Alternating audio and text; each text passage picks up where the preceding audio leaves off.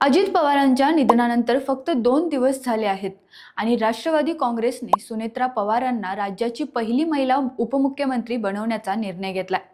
पण प्रश्न असा आहे, एवढी घाई का घेतला जात आहे हा झटपट निर्णय? अजित पवार गटाच्या नेत्यांनी शरद पवार गटाला पुढील हालचाली करण्याची संधी का दिली नाही? महापालिका निवडणुकीपूर्वीपासून दोन्ही गटांच्या विलीनीकरणाच्या चर्चा सुरू होत्या। अजित पवारांच्या निधनानंतर ही चर्चा का अधिक गतीने पुढे सरकली? शरद पवार गटातील जयंत पाटील, राजेश टोपे, शशिकांत शिंदे, अंकुश काकडे हे नेते आघाडीवर आहेत।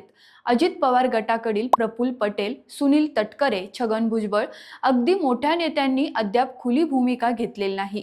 विलीनीकरणात सक्रिय राहण्यामागे सत्तेत भागीदारीची शक्यता आहे। शरद पवार आणि सुप्रिया सुळे यांची भूमिका अजून स्पष्ट नाही। राष्ट्रवादी काँग्रेसमध्ये अजून 2 मंत्रिपदे रिक्त आहेत।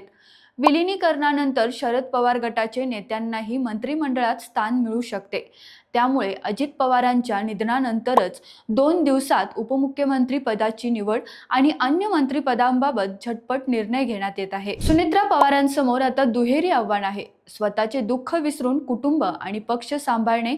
आज आमदारांच्या बैठकीत त्या नेतेपदी निवडल्या जातील आणि राज्याची पहिली महिला मुख्यमंत्री म्हणून शपथ घेतली जाईल। अजित पवारांच्या जाण्याने पवार कुटुंबावर मोठा धक्का बसला आहे। त्यांच्या 2 मुलांमध्ये राजकीय अनुभव नाही आहे, त्यामुळे पक्षाचे नेतृत्व सुनेत्रा पवारांकडे सोपवावे लागले।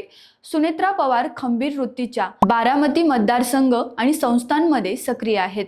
तसेच माजी मंत्री पद्मसिंह पाटील यांच्या भगिनी म्हणून पक्षात मजबूत स्थान राखू शकतात। जिल्हा परिषद निवडणुका पार पडल्यावर ते लोकसभा निवडणुकीपर्यंत पक्षाची घडी बसवून नेतृत्व करणे आणि सरकारमध्ये दबदबा राखणे हे त्यांचे मुख्य काम राहणार आहे। या पार्श्वभूमीवर उपमुख्यमंत्री पदाची झटपट निवड समजून घेणे सोपे होते। अशाच नवनवीन घडामोडी पाहण्यासाठी रोकठोक महाराष्ट्र न्यूज चॅनेलला सबस्क्राइब करा, लाईक करा आणि शेअर करा आणि तुमचे मत नक्की कमेंटमध्ये कळवा।